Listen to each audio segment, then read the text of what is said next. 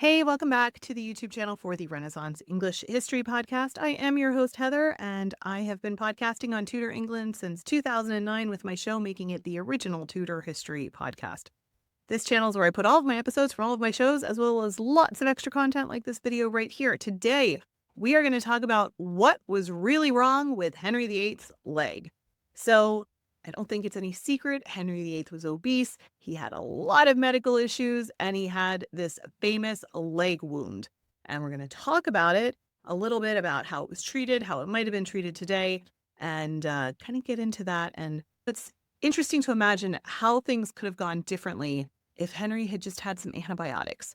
Although, that doesn't necessarily solve everything. Even today, a lot of people have issues with wounds healing, stuff like that. But we're going to get into all of that. First, though, if you would like to see more Tudor history in your YouTube feed, and I mean, like, who doesn't, go ahead and hit subscribe so you never miss a video that I put out. All right. So Henry VIII is remembered for his 6 wives, his break with the Catholic Church, his outsized personality.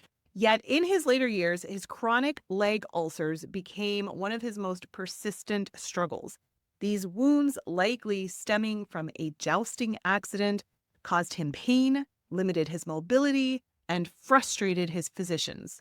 Exploring the causes and the treatment of his condition offers a fascinating glimpse into Tudor medicine and the challenges that Henry faced.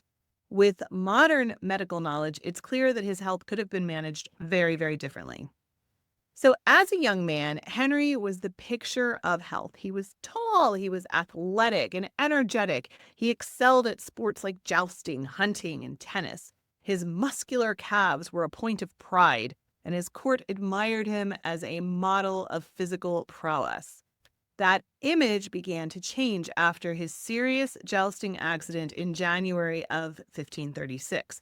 He was thrown from his horse, which then landed on him, and he was knocked unconscious for 2 hours. He recovered, but the injuries to his legs marked the start of chronic issues. Initially, the wounds healed, but over time they reopened, turning into painful and persistent ulcers that refused to go away. Ugh. By 1540, the ulcers were a constant problem. They became infected, they caused swelling and drainage and excruciating pain. Ambassadors at court noted the stench from the wounds, which could reportedly be smelled from 3 or 4 rooms away. Henry's mobility was increasingly limited and his frustration grew. This once active king now struggled to maintain his physical and his emotional stability. Like, you guys, I've had chronic pain from a shoulder injury that I had, and it's like really not fun, right? And mine was like very, very small compared to what Henry was going through. You look at these changes in his personality and how he became so tyrannical.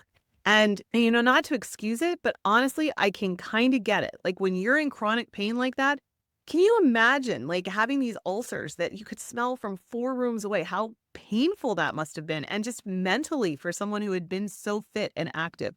I can't even imagine. So let's talk about the medicine. In Tudor England, medicine was an art as much as it was a science. Treatments were guided by the theory of the 4 humors, which goes all the way back to the Greeks, which dictated that the balance of your 4 humors was essential for good health.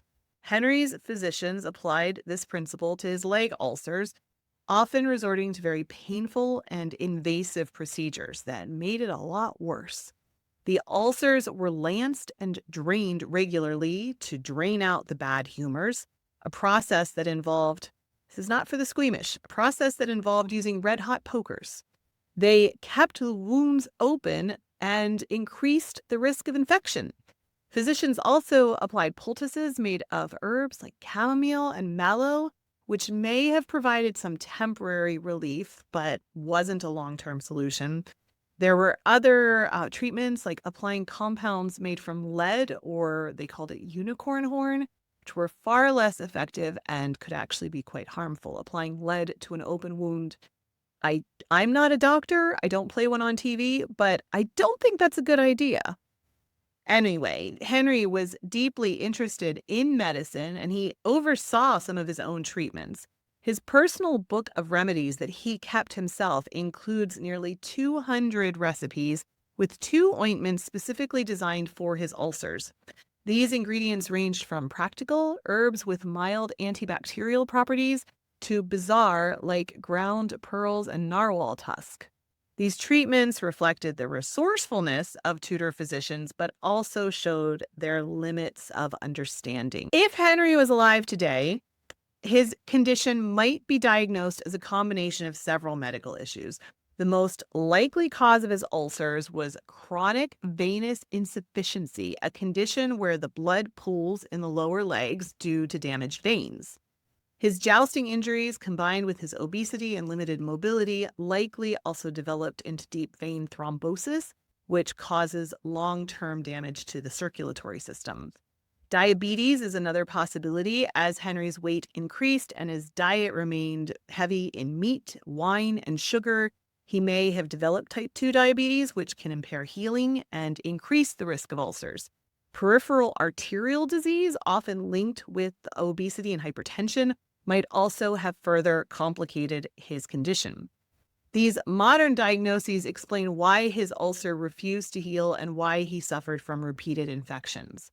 The swelling in his legs in his final years also might point to heart failure. Congestive heart failure can cause fluid buildup in the legs, worsening the existing wounds and making movement even more difficult.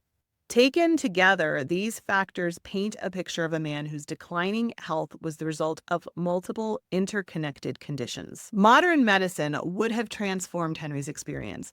Compression therapy, a cornerstone of venous ulcer treatment, could have improved the circulation in his legs and reduced the swelling. Imaging techniques like ultrasounds and CT scans would have helped to identify the underlying vein damage or blockages, also guiding more effective treatments. Antibiotics would have been a really simple remedy that would have been crucial for controlling the infections that plagued him. Today, wounds like Henry's are often treated with specialized dressings that promote healing and prevent bacteria from spreading.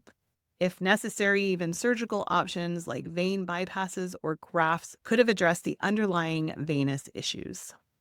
Lifestyle changes also, of course, would have been recommended. A healthier diet, weight management, and moderate exercise might have reduced the strain on his body. And supposedly the doctors did tell him he needed to eat a bit more healthy, but it was going to be really hard for him to do any type of exercise as well with his limited mobility. With these interventions, Henry might have avoided some of the constant pain and infection that defined his later years. Pain management would have been another game changer for him. Instead of enduring cauterization and red-hot pokers, Henry could have had some effective pain relief through modern medications. This alone might have improved his mood and allowed him to focus more on ruling than on his discomfort. Can you imagine if he had some good, strong pain medicine, how that would have changed his mood? Can't even imagine. Anyway, Henry's leg ulcers were a defining part of his later life, of course, influencing his physical and his emotional state. While Tudor medicine was limited in its ability to treat such conditions, modern knowledge shows a very clear picture of what went wrong and how it could have been managed. When we can understand his medical struggles, we can gain a deeper appreciation for the challenges that he faced and the way they shaped his reign. Can you just imagine that? How different his reign might have been if he could have had some pain medicine. Just the what if scenarios, the alternative histories of that, if somebody could travel back in time and give Henry some really good pain medicine, just can't even imagine it, how that might have been different. Anyway, we will leave it there for today. If you made it to the end of this video and enjoyed it, I sure would appreciate a press of that like button. It helps to feed the algorithm and get this content to even more people. And I hope I earned your subscription to my channel where I put out videos like this on the regular. If you want to keep binging Tudor medical content, here's a video I did, an interview with Seamus O'Callaghan, who studies Tudor medicine. This was a talk he did at the Tudor Summit a couple of years ago. Here's a video that YouTube thinks you'll enjoy. Thanks so much for watching. Remember, you are deeply loved. I'm so glad I share the planet with you. Hope you're having an amazing day. Don't forget to drink your water. I'll be back soon. Bye-bye.